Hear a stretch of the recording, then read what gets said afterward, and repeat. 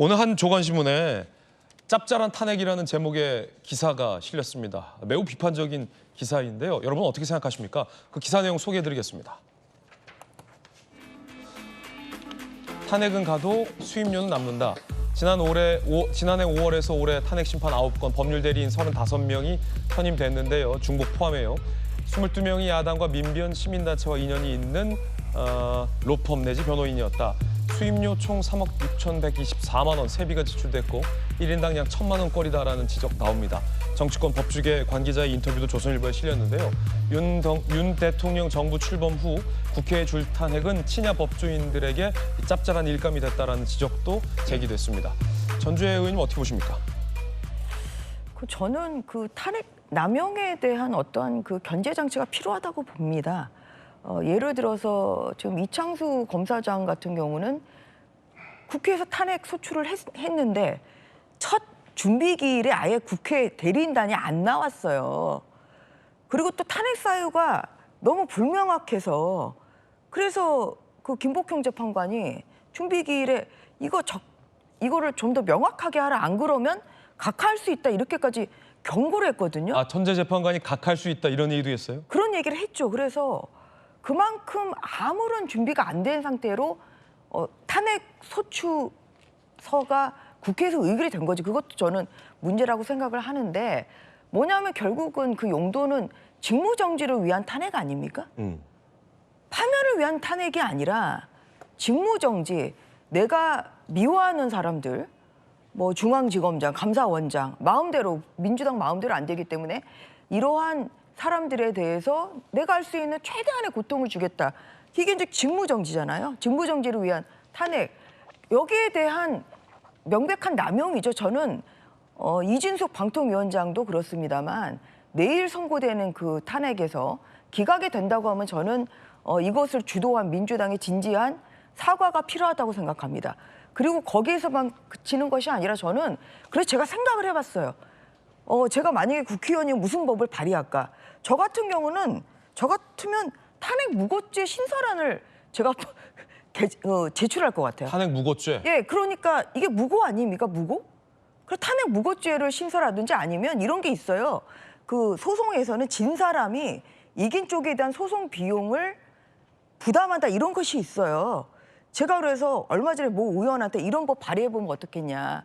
그러니까 이진숙 방통위원장도 지금 몇 천만 원 들였다, 자기 돈으로 사비로 들였는데 이겨도 이 돈은 어디서 보존받습니까? 이거는 진 쪽에서 보존을 받아야 돼요.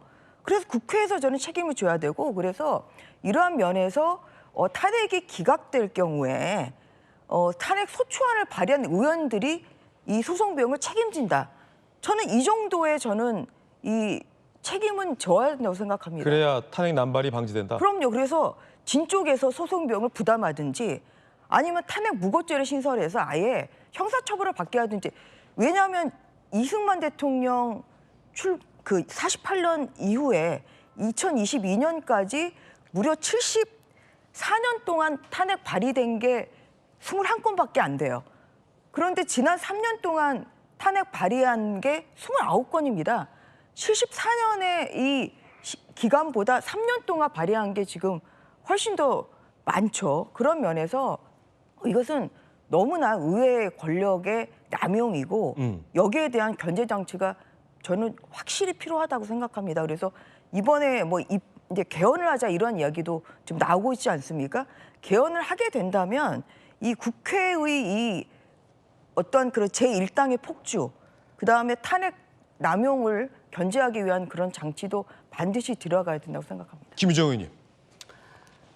박근혜 대통령 탄핵으로 어느 정도의 사회적 갈등 비용이 들었냐 하면 당국대 분쟁 해결 연구센터에서 추출해낸 자료에 따르면은 1,780조 6천억이 넘습니다.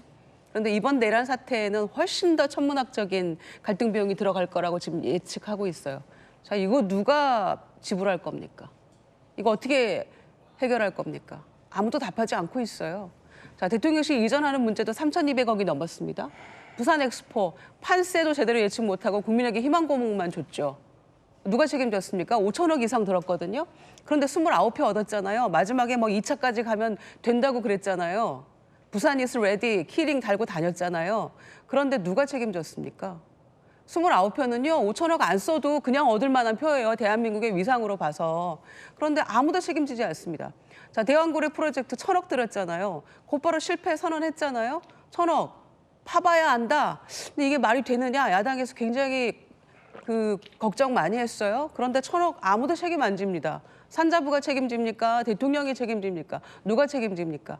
그러니까 이런 예산 낭비, 혈세 낭비들에 대해서는 아무 할 말이 없는 유구무원이어야 될 국민의힘에서 국회의 권한 중에 속하는 헌법상 명시된 권한이고 법적으로도 아무 문제가 없는 그런 국회의 탄핵소추권에 대해서 이거를 비용이 어떻고 누가 이득을 받니 이런 얘기 한다는 게 부끄럽지 않습니까?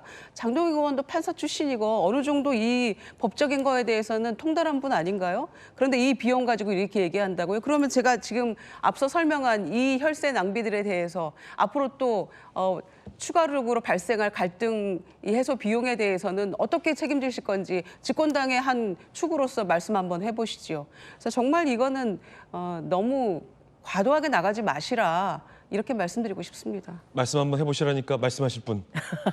글쎄요. 그런데 김유정 의원님 말씀 다 맞는데 예.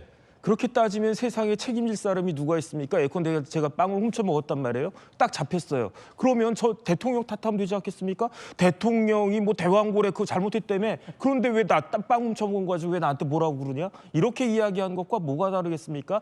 탄핵 소추권을 남용한 건 남용한 거고요. 거기에 있어서 우리나라의 혈세가 쓰인 건 쓰인 거 아니겠습니까? 그거는 잘못된 거고 그리고 난 다음에 뭐 대왕고래든 뭐 모든 엑스포든 그런 것들은 따로 비판을 해야지 그걸 왜 여기다가 견강부회로 붙이느냐. 그거는 잘못됐다고 저는 생각합니다.